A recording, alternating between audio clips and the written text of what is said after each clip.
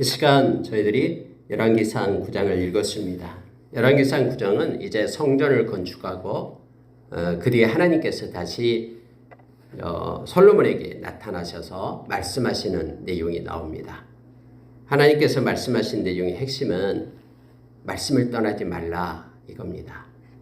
그리고 마음이 변하지 말라. 나를 향한 마음이 변하지 말라라고 말합니다. 눈에 보이는 그런 공적인 솔로몬 성전보다도 나는 너의 마음을 원한다라는 거예요. 만약에 마음을 버리고 나에게서 돌이켜 떠나간다면 네가 나를 위하여 이렇게 지어서 봉헌했던 이 성전도 내가 던져버리겠다라고 하나님께서 말씀하시면서 이 말씀을 읽는 저와 여러분으로 하여금 무엇이 중요한지 눈에 보이는 성전보다도 마음의 성전이 더 중요하다라는 걸 깨닫게 합니다. 그리고 솔로몬이 이제 성전과 자기의 왕궁을 20년에 걸쳐서 지은 다음에 여러 사람들을 노역에 참여하게끔 그렇게 합니다. 그래서 많은 성들을 그가 세우게 되는데 이 사람이 이제 많은 노역에 몇십 년간 노역에 참여하는 이들의 삶이 피폐해지죠. 힘들고요. 그래서 이거에 대한 백성들의 불만이 나오게 되었음을 우리가 다음에 성경을 보면 알게 됩니다. 몇 가지만 묵상을 하고 기도하도록 하겠습니다. 여러분 2절 한번 보십시오. 9장 2절을 보니까 여호와께서 전에 기브온에서 나타나심 같이 다시 솔로몬에게 나타나사. 성경은 솔로몬에게 나타났는지 나타나지 않았는지 우리는 알 수 없잖아요. 근데 성경이 확정을 해주는 거예요. 하나님이 나타나셨다. 솔로몬에게. 그러면서 이 말씀을 하십니다. 여호와께서 그에게 이르시되 네 기도와 네가 내 앞에서 간구한 바를 내가 들었은즉 이 두 가지를 얘기해요. 너의 기도를 들었고 너의 간구를 들었다. 우리가 여러분 디모데전서 2장 1절에 보면은 우리가 하나님 앞에 나와서 기도할 때에 기도와 간구와 도구와 감사를 하나님께 올린다. 네 가지가 나오잖아요. 그러면은 간구라는 것은 우리의 마음의 소원을 하나님 앞에 드리는 것이죠. 하나님 이것도 하고 싶고 또 이랬으면 좋겠습니다 하면서 우리의 마음의 소원을 하나님께 올리는 거예요. 하나님 우리 아버지니까 당연히 간구도 해야 됩니다. 어떤 사람들은 간구하면 그거 하나님께서 알아서 해 주실 건데 뭐 하려고 간구하냐라고 말하는데 그렇지 않아요. 성경에는 하나님께서 네 간구를 내가 들었다라고 말하면서 아니 자녀가 무슨 문제가 있으면은 그 아버지 앞에 와서 이것 좀 해달라고 요청하는 건 당연한 거잖아요. 그 아버지는 능력이 있고 모든 걸 다 가지고 있으니까는 구하는 그 아들에게 넉넉히 해줄 수가 있죠. 우리에게 유익하다면.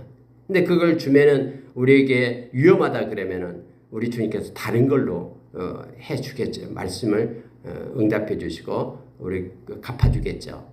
근데 아들이 자기 아버지 놔두고 다른 아버지한테 가가지고는 뭐 해달라 그러면은 진짜 아버지가 마음에 섭섭하겠죠. 그래서 여러분 우리가 하나님 앞에 간구하는 것도 맞습니다. 그리고 여기서 기도가 나옵니다. 기도와 간구. 일단 기도라는 것은 하나님의 뜻을 아는 거예요. 하나님 왜 이런 고난이 내게 왔습니까? 가르쳐 주십시오. 하나님 내가 어떻게 살아야 됩니까? 하나님 내 앞길을 인도해 주십시오. 이 모든 것들은 하나님께 의지하고 의탁하면서 하나님의 뜻을 헤아리고 하나님의 마음을 받기를 원하는 거잖아요. 이게 기도입니다. 간구와 기도 분리할 때. 그러니까 도고라라는 것은 중보기도를 얘기하는 것이죠. 하나님께서는 우리가 성도들을 위하여 또 우리 자녀들을 위하여 그 누군가를 위하여 우리가 기도하며 하나님의 그러한 자비와 긍휼을 구하는 것을 너무너무 좋아하십니다. 그래서 성경 곳곳에서 예를 들어서 에베소서 6장 18절 이하에서는 너희들은 성도를 위하여 기도하라. 그리고 야고보서에서도 아플 때에 아픈 자 병자를 위해서 너희들이 기도하라 라고 우리에게 말씀해 주고 있죠. 바울사도는 그래서 가는 곳곳마다 나를 위해서 기도해 달라고 그렇게 요청했음을 우리가 잘 압니다. 그리고 여러분 기도를 통해서 하나님의 이름을 높이는 거예요. 이게 감사예요. 하나님의 존귀하신 이름을 높이고 찬양하고 하나님께 감사하다라고 우리의 마음을 쏟고 이것도 기도를 통해서 이루어집니다. 그래서 우리가 찬양이 기도예요. 찬양은 하나님의 이름을 높이면서 하나님 감사합니다라는 노래잖아요. 그래서 우리가 찬양도 우리가 기도다라는 걸 기억하면서 찬양할 때마다 우리의 중심을 하나님께 드려야 됨을 알게 됩니다. 하나님께서는 솔로몬이 앞에서 8장에서 기도했던 거 내가 다 기도 드렸다. 너 간구 다 들었다. 그래서 나는 너 기도대로 하겠다라는 거예요. 나는 네가 건축한 이 성전을 거룩하게 구별하겠다. 이 경건의 장소로. 그래서 봉헌했던 그 성전을 나는 기억하고 거룩하게 구별하여서 세우겠다라고 말합니다. 그리고 내 이름을 영원히 그곳에 두겠다. 네가 요청한 것처럼 내 이름이 영원히 언약궤 위에 하나님의 임재 가운데 있도록 그렇게 하겠다. 내 눈길과 내 마음이 항상 거기에 있으리니 이렇게 말하잖아요. 하나님의 마음을 두겠다라는 거예요. 성전에. 그리고 나의 눈이 언제나 그곳을 보고 있겠다. 네가 나에게 간구하고 기도했던 건 내가 다 그렇게 하겠다. 그러니 이제는 너는 내가 너에게 말한 대로 너는 행해다오 라고 지금 하나님께서는 솔로몬에게 나타나서 그렇게 말씀하고 있는 것을 보게 됩니다. 다시 말하면은 네 아버지 다윗처럼 마음을 온전히 하고 바르게 하여, 말은 마음을 온전함으로 정직함으로 진실함으로 이 말이거든요. 온전함으로 진실함으로 바르게 하여 진실함으로 내 앞에서 행하며 내가 내게 명령한 대로 온갖 일에 순종하여 내 법도와 율례를 지키면 아버지 다윗에게 말하기를 영원히 왕위가 끊어지지 않고 견고하게 하겠다라는 말을 내가 지키겠다.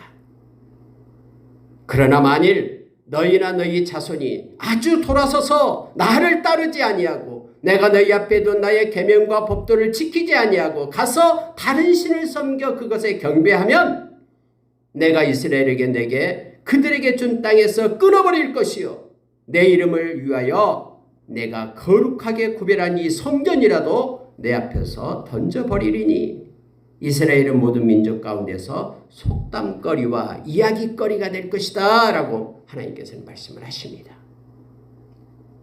하나님의 말씀은 지엄하시죠. 그래서 여러분 하나님이 말씀하신 대로요 이 성전 던져버렸어요. 이스라엘 백성은 어떻게 하나님을 섬기는 성전이 불타겠는가 하면서 바벨론 그런 전쟁 때 그들은 그것을 믿었어요. 우리는 하나님을 섬기는 성전을 가지기 때문에 우리 나라는 절대 망하지 않을 것이다. 아니요. 하나님은 말씀대로 하십니다. 너희들이 나를 떠나고 마음을 내게서 버리고 하나님의 말씀을 따르지 않을 때 이 성전 너희들이 봉헌한 성전 내가 던져버리겠다. 그리고 하나님께서 그렇게 말하죠. 너희들을 이 땅에서 끊어버리겠다. 그리고 모든 민족 가운데 속담거리가 이야기거리가 되게끔 하겠다. 하나님이 실제적으로 그랬잖아요. BC 722년에 북이스라엘 아수르에게 던져버렸잖아요. 그리고 흩어버렸잖아요. 디아스포라를. 그리고 남유다 BC 586년에 바벨론에서 멸망당하게 하고 심지어 하나님께서 이 성전마저 7년 6개월 동안 만들고 18만 3,300명에 의해서 온갖 그러한 호화로운 금으로 입히고 온갖 것으로 다 만들었던 이 모든 것들 다 던져버리고 이방 바벨론에 와서 뭐 놋판, 놋그릇, 기둥 다 떼가봤잖아요. 금 다 벗겨가 버리고요. 여러분 하나님께서는 이처럼 말씀대로 하십니다. 그래서 하나님은 오늘 솔로몬에게서 나타나서 솔로몬에게 말씀하신 것을 우리에게 지금 말씀하고 계시는 거예요. 나는 눈에 보이는 성전보다도 너희들의 마음 가운데 있는 그 성전, 나를 향한 온전한 마음, 진실한 마음, 그리고 말씀에 순종하는 마음, 내가 이것을 원한다 하면서 동일하게 어제나 오늘이나 영원토록 살아계신 우리 하나님께서 우리에게 말씀하고 계심을 우리가 기억하기를 원합니다. 자, 여러분 솔로몬이 이제 히람하고 거래한 내용이 나옵니다. 히람 왕이 그 두로 왕이 돼 있잖아요. 솔로몬이 그 성전을 건축하고 또 왕궁을 짓고 하는데 많은 그러한 영향을 줬죠. 백향목을 보내고 잣나무를 보내고 또 석수들을 보내가지고 돋게끔 그렇게 했잖아요. 또 특히 히람 왕이 히람이라는 다교육과 똑같은 이름을 가진 대장장이를 보내가지고 또 공교하게 그 많은 그런 성전의 기구들을 만들게끔 야긴과 보아스라는 그런 녹기둥도 세우고 여러 가지 일을 하게끔 했잖아요. 그래서 이제 히람에게 뭘 주냐면요. 자, 성을 줍니다. 성경에 그렇게 되어 있죠. 자, 11절에 보니까 갈릴리 땅의 성읍 20곳을 히람에게 주었다라고 말합니다. 성읍 20개를 줘요. 그러니까 이제 히람이 솔로몬이 준 땅을 돌아봅니다. 근데 그 성읍이 모두가 다 산지에 있었어요. 산지. 척박한 땅에 있는 성읍이었습니다. 비옥한 토지, 이 히람왕은 비옥한 토지를 원했거든요. 왜냐면은 그 페니키아 두로 그 자체가 산악지대였고 해안지대였기 때문에 곡식이 나지 않아요. 그리고 솔로몬이 자기가 많이 도와줬으니까는 뭐 평지가 있는 성읍을 줄 줄 알았는데 척박한 산지를 줬어요. 그랬더니 와서 돌아보고는 이르기를 내 형제여 내게 준 이 성읍들이 이러한가 하여 이름을 가불 땅이라고 하였으니 그 이름이 오늘까지 있더라. 그래서 갈릴리 지역에 가불 지역이 있습니다. 그 지역이 원래 이제 두로에게 솔로몬 왕이 주었던 땅입니다. 그리고 히람이 금도 많이 왕에게 보냈다라고 기록하고 있습니다. 여러분 솔로몬은요 이 건축을 하기를 좋아했습니다. 그래서 성경에 보니까 많은 사람들을 노역을 시켰어요. 자 20절에 보니까 이스라엘 자손이 아닌 아모리 사람과 헷 사람과 브리스 사람과 히윗 사람과 여부수 사람 중 남아있는 모든 사람 곧 이스라엘 자손이 다 멸하지 못함으로 그 땅에 남아있는 그들의 자손들을 솔로몬이 노예로 역군을 삼아 오늘까지 이르렀으니 솔로몬이 그 땅에 있는 사람들 다 호구조사를 한 거예요. 그랬더니 거기에 있는 가나안 족속들 동아리에서 살아가고 있는 그들을 갖다가 다 착출을 한 겁니다. 네, 그들 노예로 또 삼아요. 그래서 일을 시킨 거예요. 이스라엘 백성들은 노예로 삼지 않고 그 550명 우두머리를 삼아가지고 감독을 하게끔 했어요.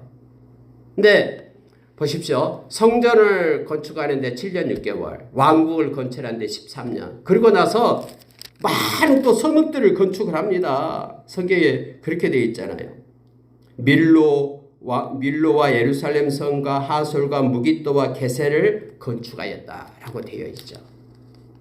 바로 왕이 올라와 가지고 이 땅을 점령하고 솔로몬에게 그걸 줍니다. 솔로몬에게 준 게 아니라 솔로몬의 부인 바로의 딸에게 성읍을 줬어요. 그러면 이 성읍을 바로 왕이 줬기 때문에 솔로몬이 잘 보여야 되잖아요. 그래서 그 성읍을 아름답게 정비를 해요. 그래서 솔로몬이 게셀과 아래 벳호론을 건축했다. 그런데 여기에 보면 사람들이 필요하잖아요. 그래서 다시 호구조사를 해가지고 그 이방인 출신들을 다 뽑아내가 다시 노예로 삼아요. 그래서 그들을 갖다 일을 시키게끔 했다라는 거예요. 여러분 솔로몬이 가나안 사람들을 노예로 삼는 것이 잘한 일입니까?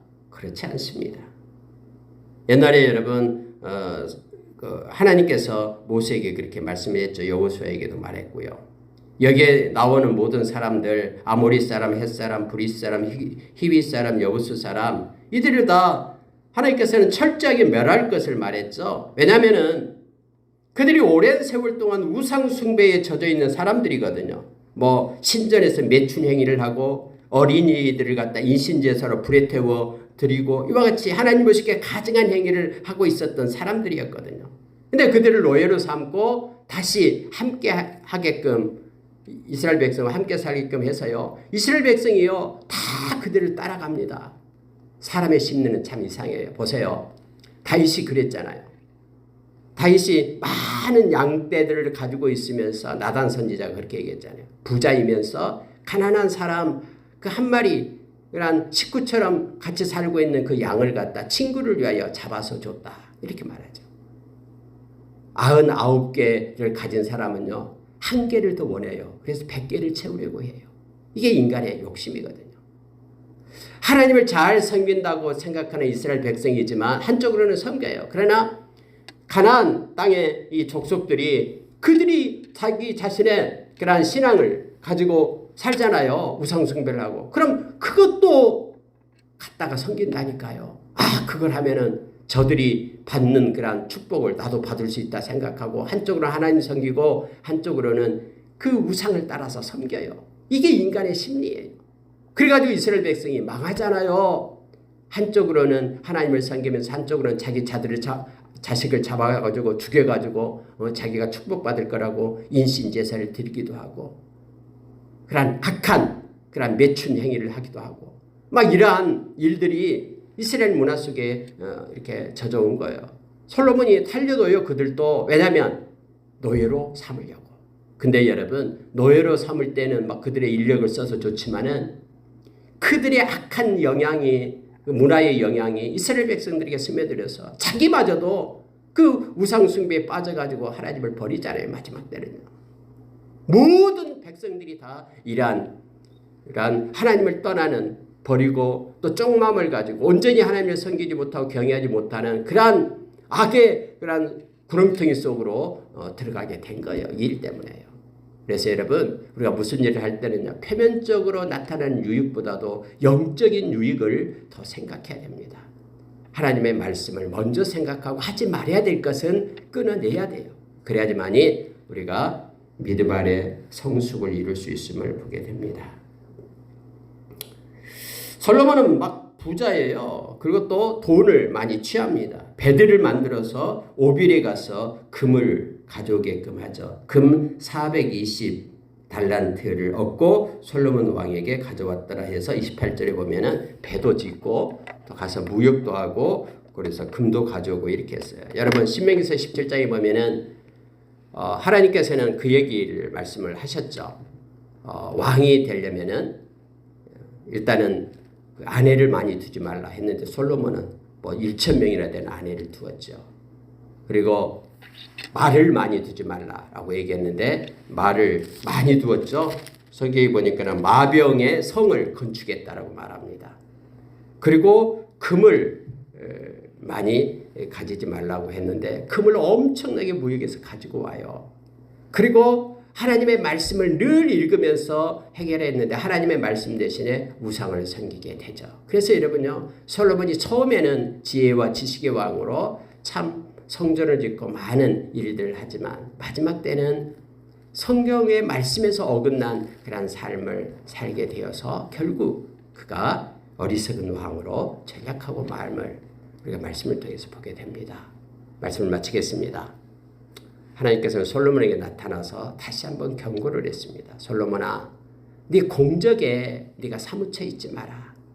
사람들은 내가 옛날에 이랬는데 옛날에 교회를 건축했는데 옛날에 이랬는데 하면서 옛날에 붙잡혀 있어요. 근데 하나님은 지금을 원하셔요. 지금 너의 마음, 지금.